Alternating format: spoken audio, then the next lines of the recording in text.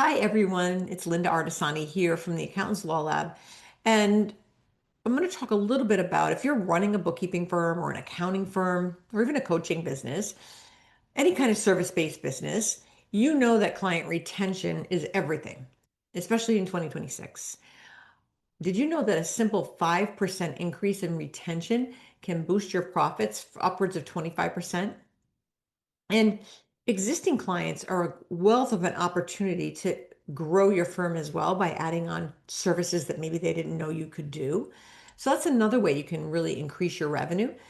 Today, I'm going to share my step-by-step guide to client check-ins in 2026, how to use them for growth, for effective client communication and massive loyalty, and great feedback, which is gold, and real business growth. So if you're tired of losing clients or you want to turn good relationships into long-term partnerships, stick around. This video is for you. And don't forget to hit the like button or even subscribe to our channel. So let's start with why check-ins matter. Let's first talk about that. So they're really a non-negotiable in 2026. And as we get into this AI world where everything's automated and there's chatbots and all these things, a client check-in is something that I hear from clients. They say, I had that bookkeeper for years and she never even talked to me. Those are the things you don't want to hear from a client. If you never talk to your client, how will you know about any shifting needs or problems before they blow up on you? How do you know what's even going on in their life or what they're thinking about doing with their firm if you never speak to them? And that's the thing that we see a lot of times where you just don't know until you all of a sudden getting that call. I need my records right now. I've got to hurry up. I'm trying to get a loan. I'm buying a property or I'm doing something. You don't know because they don't share that with you because they've got their head down working. You've got your head down working. So these honest feedbacks will help you to improve your services and it will help you build an unbreakable trust and loyalty with these clients. They'll feel valued, not just billed. You want them to have that feeling, right? That they feel valued. Upsell or expansion opportunities will happen in these conversations where they're like, I didn't know you did that. I was going to hire a coach or a CFO for XYZ. I didn't realize you had the ability to do that or you sold that service. You want to stand out in a competitive market where personalization always wins. And stats will back this up. The average retention rates hover around 55 to 85% across industries, but top performers who consistently check in with their clients will see a higher loyalty percentage. Proactive check-ins will help push your rate up.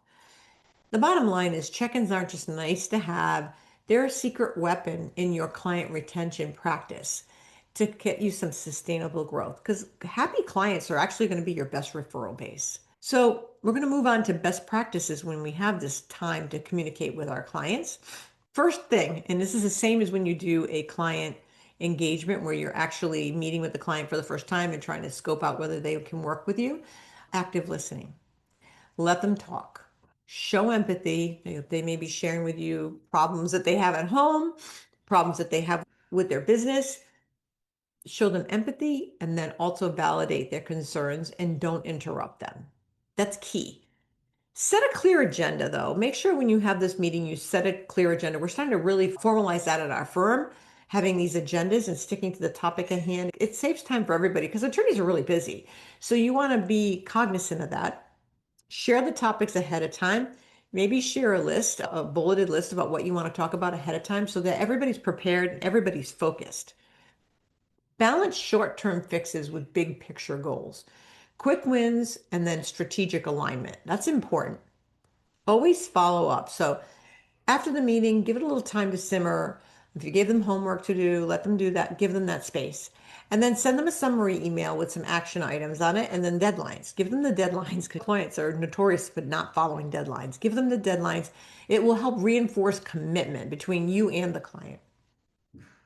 End every call with, what one thing can I do for you to help make this week better for you? Is there something I can do for you? Sometimes it's just, did you know that in Clio there's these templates to use and that you could maybe take the verbiage and all the messaging that's across the board in your firm and the billing that you do, and that you can set it up so that it's all preset so it saves time in doing the billing. Saving time in billing is wonderful because the clients look at the time that's spent billing as time that you're not really getting billable hour. So that's important.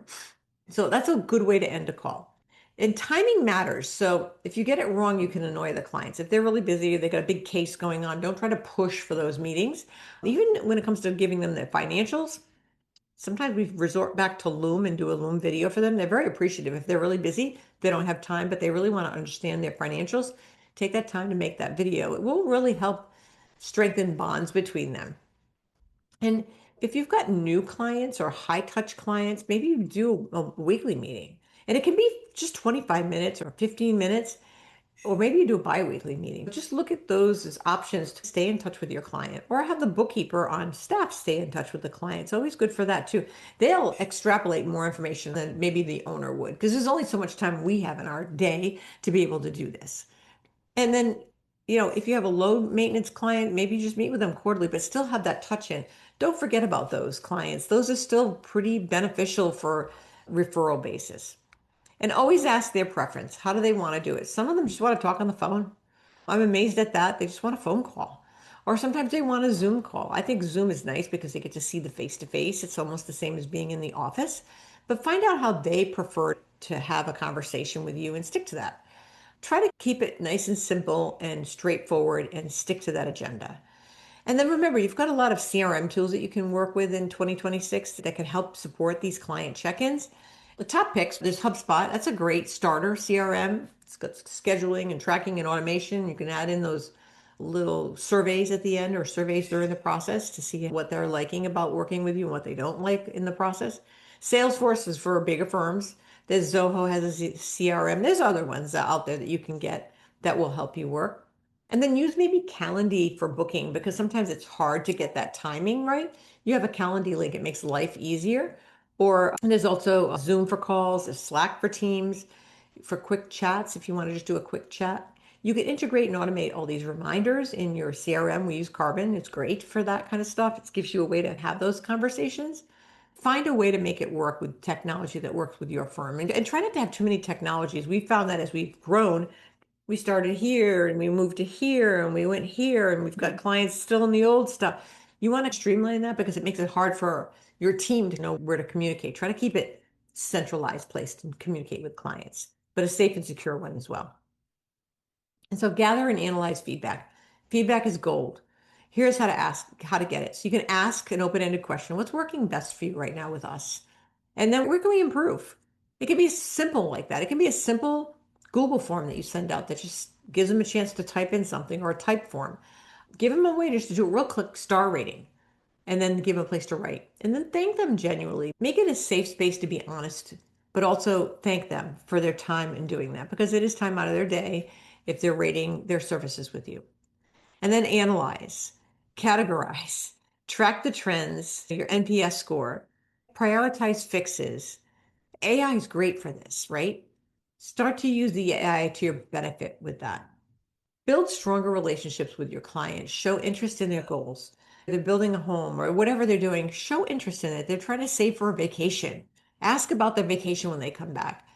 Show an interest in them personally and have that personal touch. And then that's going to help you to really connect to them on a deeper level. Highlight their wins. Hey, look, I was looking at your records and wow, you're doing a great job. Your revenue is 1.5x or whatever. Those are important things to do.